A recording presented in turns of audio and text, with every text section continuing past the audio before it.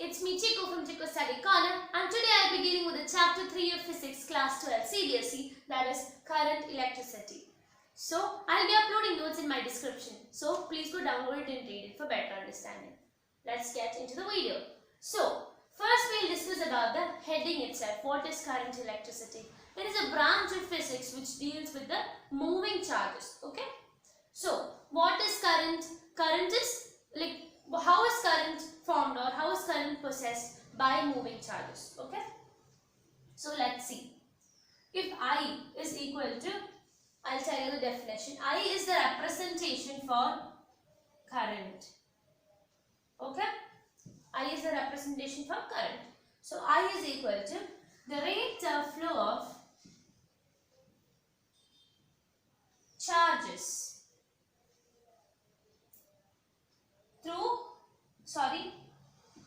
in a specific direction through a medium, okay, or through a conductor. It can be anything. So what is I? What is current? It is a rate of flow of charges in a specific direction through a medium or through a conductor. So that is I. Let's see the equation. Rate of flow of charges. That means there is charge divided by time. So I is equal to Q by T. If it is a steady current, this is the equation. Okay. Q by T. Steady current means it's a constant current. Okay. Whereas if you have to find out the average current, what would you do? You will put it as I is equal to total charge divided by total time. Okay. And then this is the, and you will write it as delta Q divided by delta T. This is the equation for average, I average.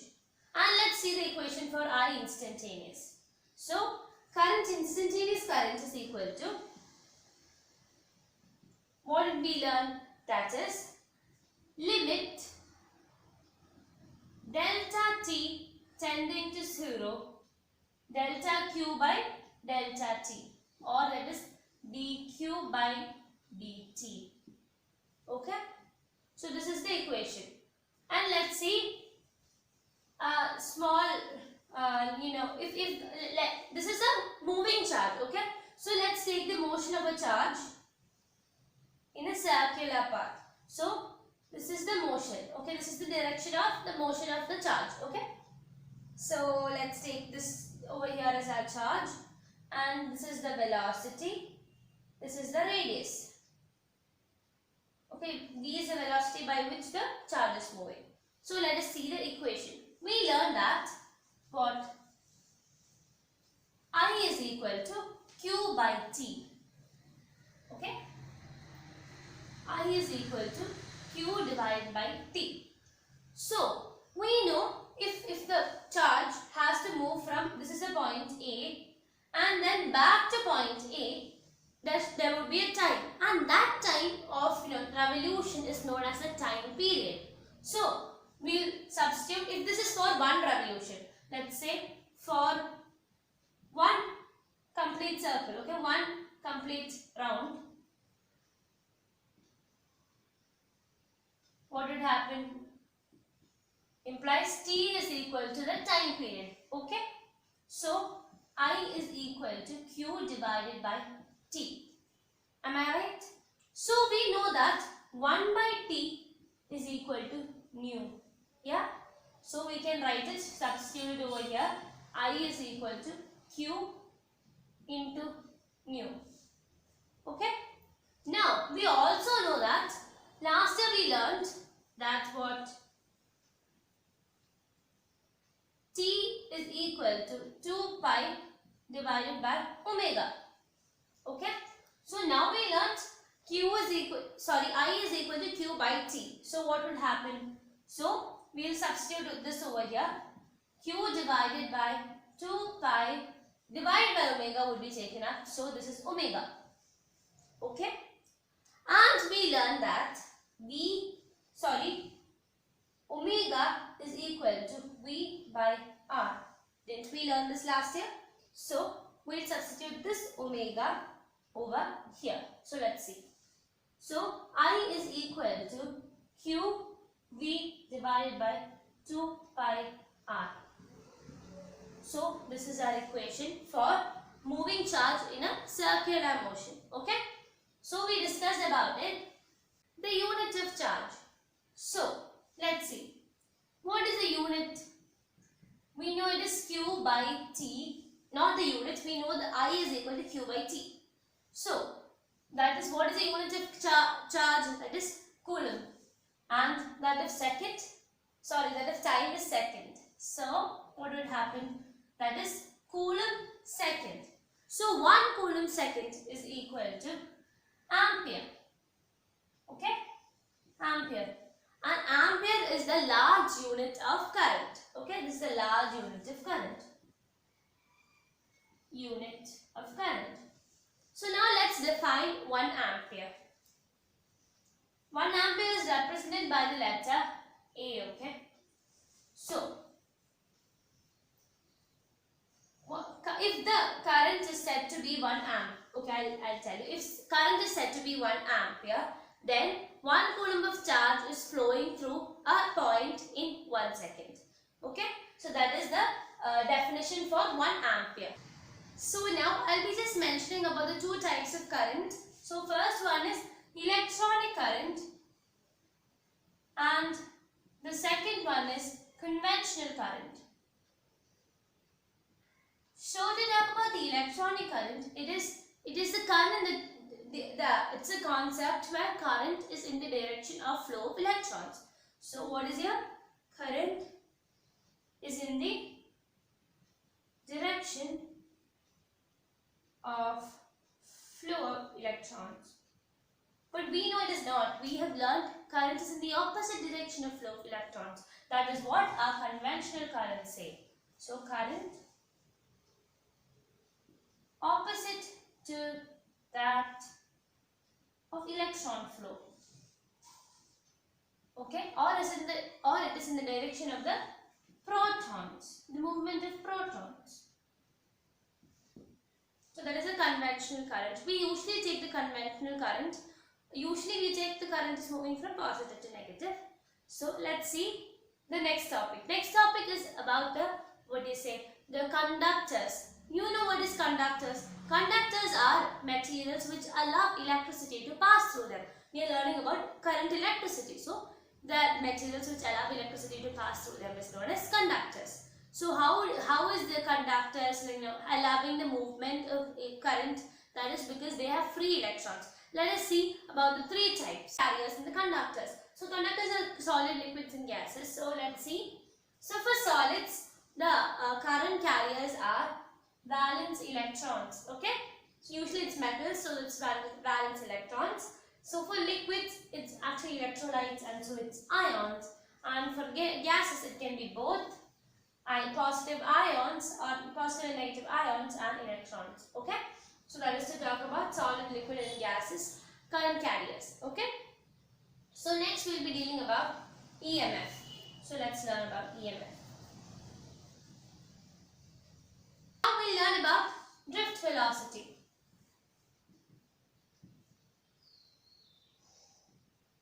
So if electrons of in a metal conductor has random thermal energy of U1, U2, U3, so on till Un, then the average or average thermal velocities of these number of electrons is equal to U1 plus U2 plus U3 plus Un divided by N is equal to 0.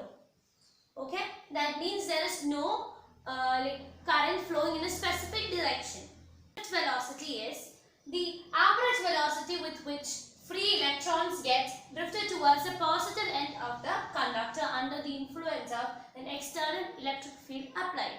So what is it? It's an average velocity when the free electrons get drifted towards the positive end of a conductor when an external field is applied. Okay, that is what is drift velocity.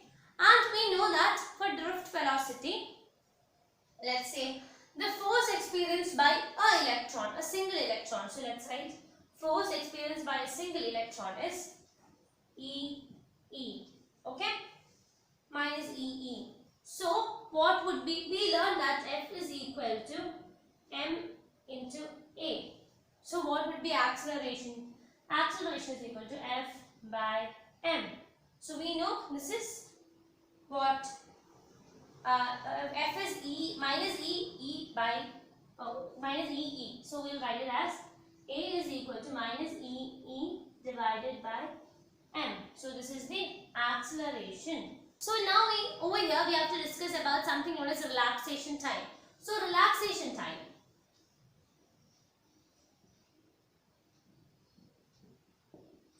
It is the time period between two successive collisions of the electrons. Okay, and that is represented by the letter tau. And we know, we discussed about it, and we know that we have an equation V is equal to U plus AT, and our T over here is the time, relaxation time, and we'll write it as AT. And do we know that what the value of A? We wrote A is equal to small e capital E divided by m. So let's write it as is equal to we learned that the average thermal energy. First we learned about the average thermal energy. U is equal to U1 plus U2 plus UN divided by UN is equal to 0. So U is equal to 0. So over here it's equal to 0. So VD is equal to, let's write, minus E2 divided by M. So we defined our what? Drift velocity. So this is the equation for drift velocity. Now we have to discuss about a term known as mobility.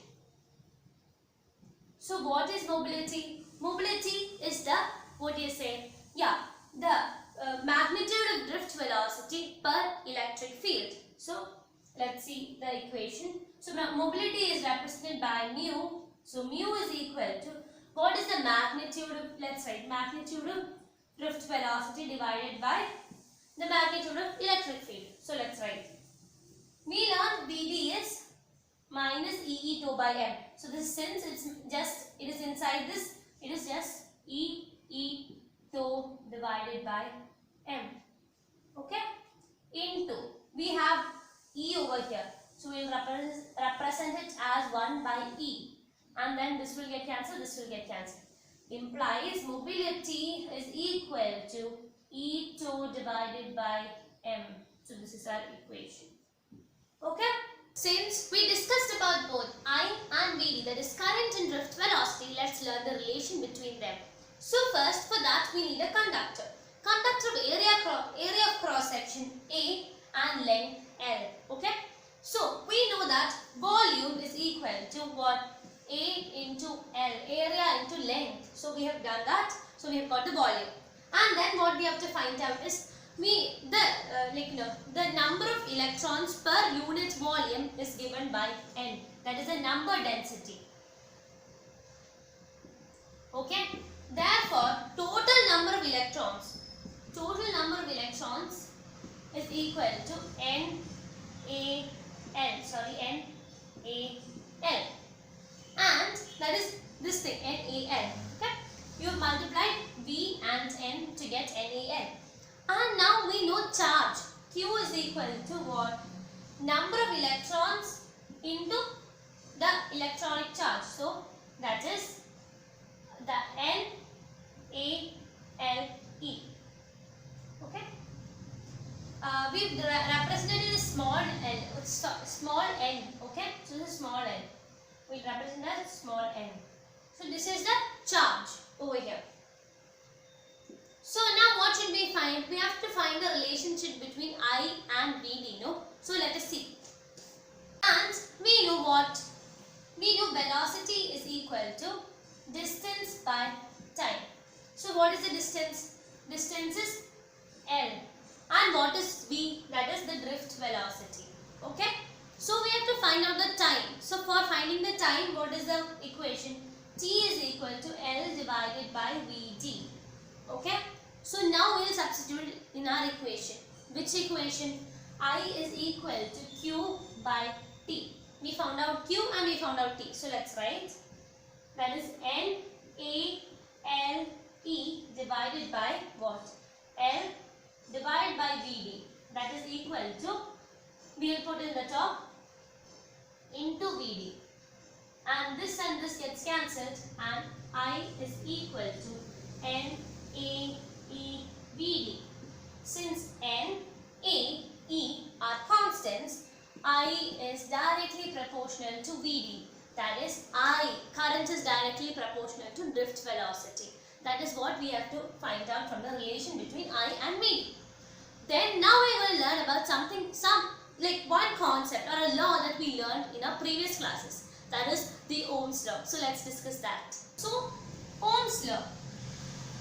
What is Ohm's law?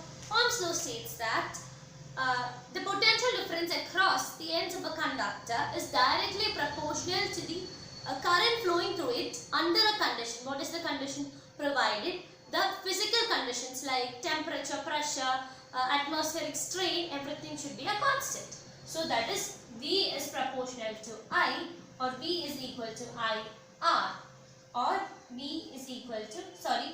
I is equal to V by R. Anything. Okay. So let's see. Now we have to learn about if you equate this equation in a graph, that would be a straight line. Okay, because it's proportional. V is proportional to I, so it's proportional graph. So let's learn the deduction of Ohm's law. So this is the deduction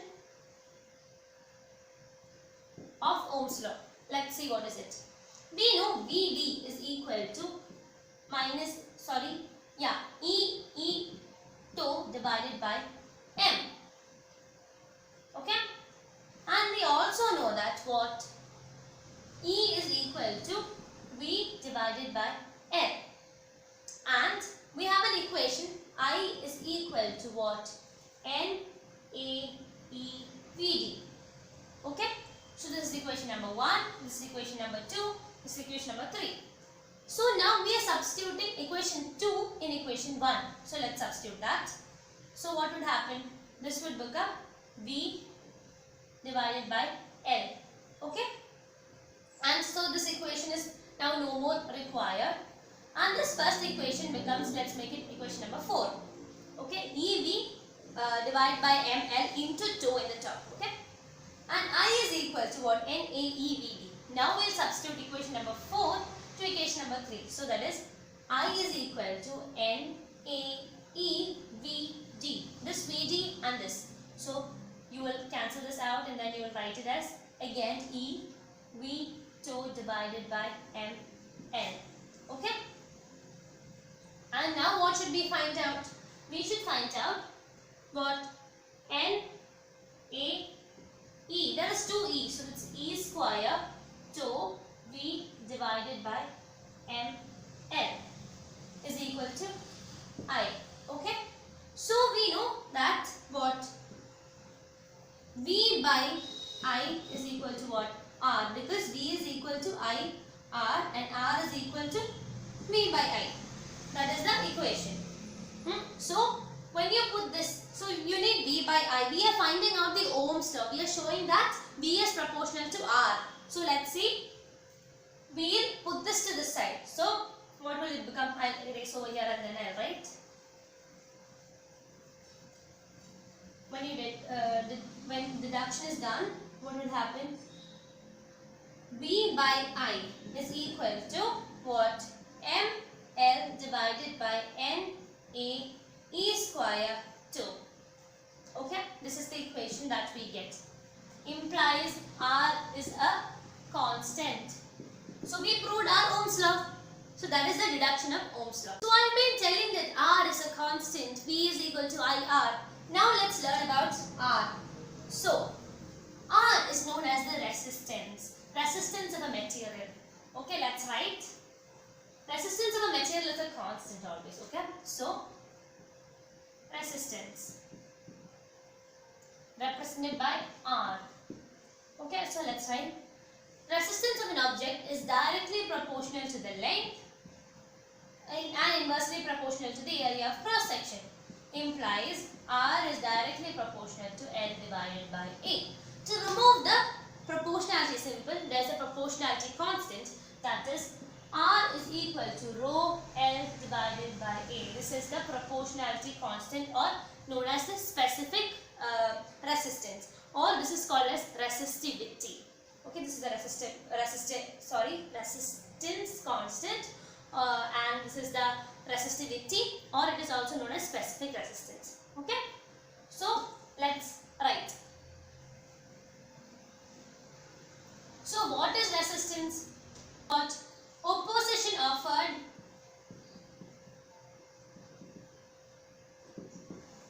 by the conductor to the flow of electrons. Okay, that is called as resistance. I told you resistance is rho L by A, and now we derived resistance just before. No? What was the equation? R is equal to V by I, that is M L divided by what? N A E square tau. Was that? So let's make this over here. R is equal to M divided by N E square tau into L divided by A. See, over here L divided by A, over here L divided by A. Over here it's rho, over here is M divided by N E square tau. What can we equate from these two equations? From 1 and 2, we can conclude that rho is equal to M divided by N E square tau. Okay? So we found out this equation. So let's define one rho, or a rho. So let's see. If R is equal to rho L by A, and rho is equal to what? R into A divided by L. Am I right? So, if you consider the resistance of a substance, an object to be 1 O, and the area of cross section to be 1 meter square, and the length to be 1 meter, then the resistivity is equal to the resistance of the conductor. Sorry, resistance is not 1 ohm. I'm so sorry. When you take the area of cross section is 1 meter square and the length is 1 meter. So what is resistivity? Resistivity is the resistance of a material having area of cross section 1 meter square and length unit. Okay? So that is what is resistivity. So friends, that's all for today's session. I hope you might have understood this. If you have understood it, please do like the video and subscribe to my channel if you're new to it. Also share my videos to your other friends. So see you all in my next video. Till then, bye bye.